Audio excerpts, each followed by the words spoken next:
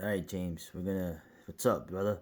We're gonna go over another piece of fiction he did, like mayhem, or he likes to call them rampage novels. And this one is this one's really nasty. James LaFond, Thunderbird. Okay, the main story. Well, I'll let him describe it.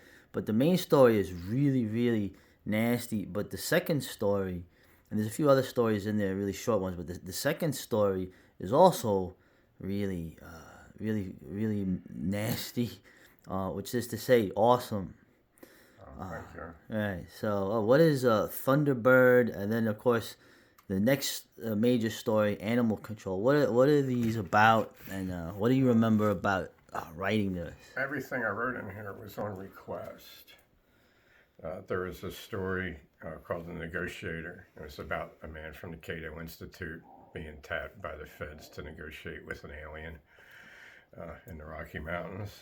Joseph Bellafato, the artist, requested that I do that, and specifically do a non-violent story because I basically depend heavily upon violence to write a story. So that was good practice for me. I hope I pulled it off okay. With Thunderbird, the main story, took me about a week to write. Bob Johnson had asked me during the Baltimore riots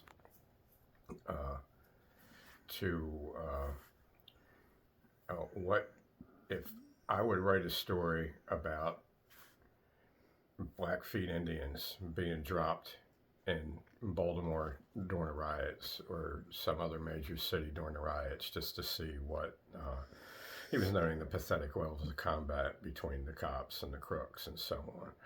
Now, I had read about the Blackfeet Indians, but I didn't do enough research to even be able to have names for them, or wasn't sure what their weapon set was and how you would get them there. I had already written the Sunset Saga about people from the Iroquois Nation, and I had just completed annotating Increase Mather's Indian Wars.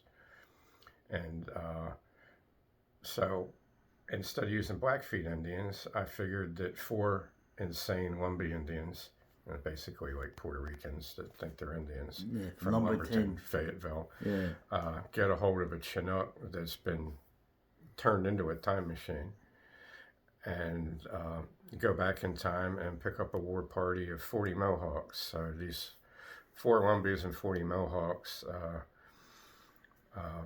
how could they attack a city like Baltimore? How much damage could they do in the course of a night? So that's all it's about.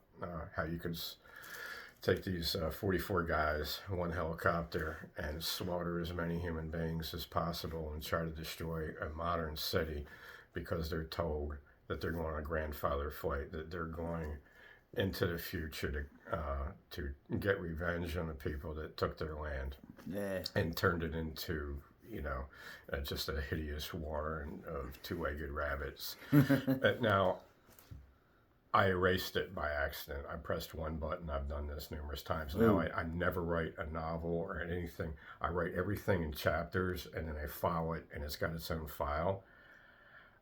On a Friday, I was ready to proofread this thing, and I hit a button, and I erased the whole novel. Oh, man. So Friday night, Saturday night, into Sunday afternoon, I wrote it. Came to like $33,000 words. I rewrote it from memory. Wow. Yeah, so that's when I started not writing in one document and writing everything at separate chapters for each document. And I just tried to do realistic characters. I put some people I knew in there, and hopefully somebody will like it. Lynn came up with all the concept stuff. It was Man versus Modernity was also the editor's idea, because I had a huge, the subtitle was just ridiculous and unsaleable. What is it? The Grandfather Fight of Panther Across the Moon and the Man-Eaters and Other Stories. Okay, so there's never been a more, wretched title than that. So she came up with Man versus An editor can be a good thing. Right. So thank you, Miss Lockhart. Yeah, I'll say for Thunderbird, just so I read it. It took me a while to read it, just in life in general. I finally got around to it. This is all the Mayhem Rampage novels that this guy has done. This is like the worst one of all. And when I say worst, I mean like good, like awesome, nasty, violent. Not just violent. Well, I guess you consider that violence too. But these Indians, they do something else rather than just killing people. And they kill a lot of hood rats. Okay, and they also kill, they kill the white Cops, U.S. cops, Marines. cops. The funny thing is 3 years after I wrote this, there's the 8th Marine Combat Engineer Battalion has a compound. Oh yeah. Halfway between here and where the girl that I was dating at the time lived, and I would walk by there a lot. 3 years after I wrote this, I was walking by there, and then I ended up being trailed by 3 other men, one guy in a sedan and 2 guys in a black pickup truck. I eventually turned on. They followed me all the way up to Bainesville. They followed me out of the city, into the county, and I was wondering who these guys were, if they were cops or anything. But I talked to a couple of people, and it was probably a security detail from the Marines. Yeah, picking on Whitey. Well, I had stopped and I took a picture of the compound. That's a sin. Okay. Yeah, so that makes sense. But what was funny is 3 years earlier, I'd written a novel postulating that the Lumbees drop the Mohawks on that armory in order to get all that ordnance. Yeah. Because how much damage can you do with your flintlock? Right, when it's only 40 guys. Which is fun too. The description, obviously, a lot of it's from the point of view of the Mohawks. The description of the weapons and the sound they make, they relate it to animals. And also, you could tell that they're like, wow, this is cool stuff when they get their hands on it. Right? And I'll just say it too, like in the book, there's a lot of.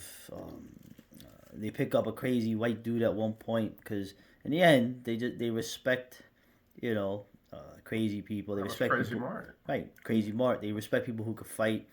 What they call the certain dominant demographic of Baltimore. They have a funny name for them, which is, of course, the Indians making that. Well, I had to come up with how they're going to refer to these people, and Native Americans always referred to African Americans as some form of white person. Oh, okay. Or they just directly referenced their hair. Even with Buffalo Soldier, the soldiers were understood to actually, be I never European realized person. that. So culturally, the native tribes always looked upon the Europeans and the Africans that they had with them as the same cultural group, but just physically they looked different. So I had to come up with a designation for all the Latinos. So for the African Americans, they're the soot whites. Oh. And for the Latinos, they're the tobacco whites. Because I had to look at it from the point of view of a group of people that had very little experience with this. And oh man, the experience they have. This is great too. They whack everybody in this, and they get whacked in turn. And the ending is interesting too, like how, showing that you have no chance against modernity. The weapon they use against guys on the ground with hand weapons. Hey, it's America, bro. It's America, right? Now the Riley Smith. There's 2 stories by him in here. He's a friend of mine who passed exactly 4 years ago, right when I was buying train tickets to go visit him in Denver. In 2020, his wife called me up and told me he passed. He had written some short fiction he put in here, and him and Bob really liked each other. They met each other through me, but they had a lot more in common age-wise and culturally than they did with me. He was a coon ass from Louisiana, worked on oil rigs. His stories are in a book called Masculine Axis. He was the best storyteller I've ever met in person. Being able to, everybody would just sit down and be enthralled by his cadence and how he would tell a story. And he requested that I write a story about a raccoon. Oh, we'll do the next vid on that. Lying with a deer. Oh, yeah. To use a firearm. And him and Bob, they were the gunmen. They brainstormed about how a raccoon could use a firearm, and they decided that he'd need to have an alliance with a buck deer that had a rack. All right, we'll do another vid on that. But like I said, just the main story here, Thunderbird. I tell you, it's crazy, dude. It's like just mayhem. There's no mercy in it. It's Bob's fault. It's right. I was just doing the writing. Right, Bob. It's his idea. So we like to. James is very interactive, as you know. We did 10 million videos on your suggestions, but yeah, just a really awesome book. So it'll piss off everybody, unless you're really cool, the real cool. Right? It'll piss off everybody in the spectrum. But it was, wow, when I finally read it, I was like, damn, dude, this is crazy. Can you imagine a movie like this? I had to send a copy of this to my roommate, Dog Soldier. He was in Northern Cheyenne that I stayed without. Oh, yeah, that's right. He would like this. Yeah. So now we're going to, because the story after this deserves its own vid, so we'll do that.